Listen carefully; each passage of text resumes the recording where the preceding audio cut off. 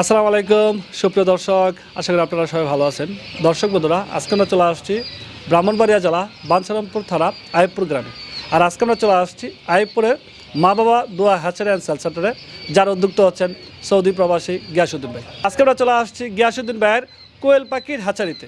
তো এখানে আমরা আজকে চলে আসছি যে বোর্ডিং ঘরের মধ্যে, এখানে এই কোয়েল পাখিগুলো কীভাবে বোর্ডিং করতেছেন এবং শীতের মধ্যে কোয়েল পাখি কীভাবে লালন পালন করতে হয় এইসব বিষয় নিয়ে কথা বলবো গিয়াসউদ্দিন ভাইয়ের সাথে।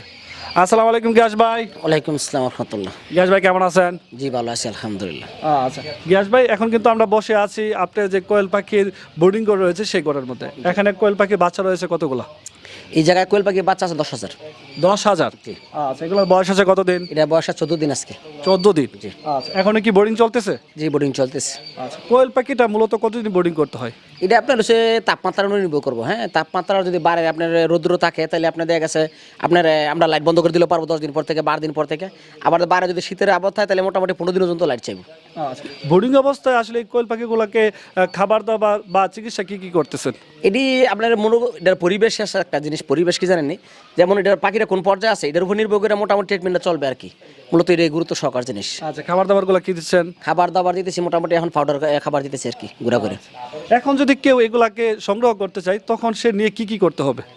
এখন নিয়ে সংগ্রহ করতে চাইলে কেউ মোটামুটিভাবে আমরা এটা পর্যবেক্ষণ কীভাবে রাখতে হবে, কীভাবে পালতে হবে, বা কীভাবে পারলে এটা ম্যানেজমেন্ট ভালো থাকবে, পাখিটা সুস্থ থাকবে, ওইটা আমরা আসলে টেলিফোনের মাধ্যমে তো বলা সম্ভব না। আমরা নিজের সরজমিনে আজ যখন আসবে তোমরা মোটামুটি তাদের একটা ধারণা দিয়ে দেবো ইনশাল্লাহ। আচ্ছা, এগুলো সেটার মধ্যে ছাড়ার পর খাবার দাবারগুলো কি এগুলোই চলবে নাকি বড় কোনো খাবার চলবে? না, এটি সেটা সারা বড় খাবার চলবে ইনশাল্লাহ। বড় খাবার চলবে? জি। আচ্ছা, মূলত এই কোয়েল পাখি লালন পালন করতে জিরো বাচ্চা থেকে ডিম পাড়া পর্যন্ত কতগুলো ভ্যাকসিন করতে হয়? এটি আমরা 4টে ভ্যাকসিন করি আর কি। আপনার আপাতত 30 দিনের জন্য আর কি। 30 দিনের পরে আপনার কোনটা লাগবো আমরা ওই সময় কাস্টমারের সাথে বইলা আমরা কীভাবে করতে হয় আমরা বলে দিই ইনশাল্লাহ। আচ্ছা, কোয়েল পাখিগুলা পুরুষ এবং মহিলা চিনতে পারবেন কতদিন বয়স থেকে? এটা আসলে ওই বেরিয়ে একটা টাফ একটা আপনার মহিলা পুরুষটা কেন যত বড় আপনার যে পুরান খামারি না, অভিজ্ঞ লোক না হয়, নতুন লোক দিয়ে বাঁচাইলে আমার 2-1টা কাস্টমার এমন হয়েছে, নতুন লোক দিয়ে বাঁচাইছিলাম, যেন যাওয়ার দরকার 10% যায় 20%। তো 20% গেলে তো কাস্টমার অবশ্যই রাগ করবে। তো জিনিসটা যে আসলে মূলত অভিজ্ঞ লোক রাখতে হবে সবসময় খামারে, পাখি যেন বাঁচতে পারে, পাখি মহিলা পুরুষ চিনে বা চিহ্নিত করতে পারে। তো মোটামুটি আমার যুক্তিতে 30 দিন প্লাস যদি পাখি নেয় যে কোনো লোকে, মোটামুটি এখন আমরা যেভাবে চালাইতেছি ইনশাল্লাহ, সামনে ভবিষ্যতে আরও ভালো করে চালানোর ইচ্ছা আছে ইনশাল্লাহ, ভালো চালাবো।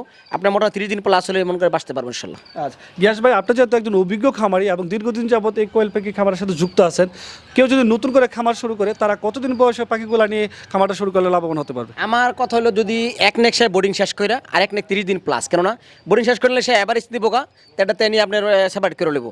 আর না নিলে তো 30 দিন প্লাস হলে, কেন জানেননি, এটা আপনার 30 দিনের তো পাখিটা মহিলা পুরুষের রূপটা খুব কষ্ট হয় বুঝতে, লেকিন অনেক সময় বোঝা যায়, মানে কম আর কি। হ্যাঁ, তো এই জিনিসটা নিরাপত্তা করে নিলে আমার মনে হয় সবচেয়ে ভালো হবে আর কি। আচ্ছা, আপনার খামারে বর্তমানে কোন কোন বয়সের পাখিগুলো রয়েছে? আমার খামারে এখন বর্তমানে আপনার 30 দিনের পাখি আছে, হ্যাঁ, আপনার 33 দিনের আছে, আপনার 14-15 দিন বয়সের আছে। আচ্ছা, তার মানে আপনি বলতে চাচ্ছেন কেউ যদি নতুন করে খামার করে 30 দিনের পাখিটা নিয়ে করলে লাভবান হতে পারবে? জি।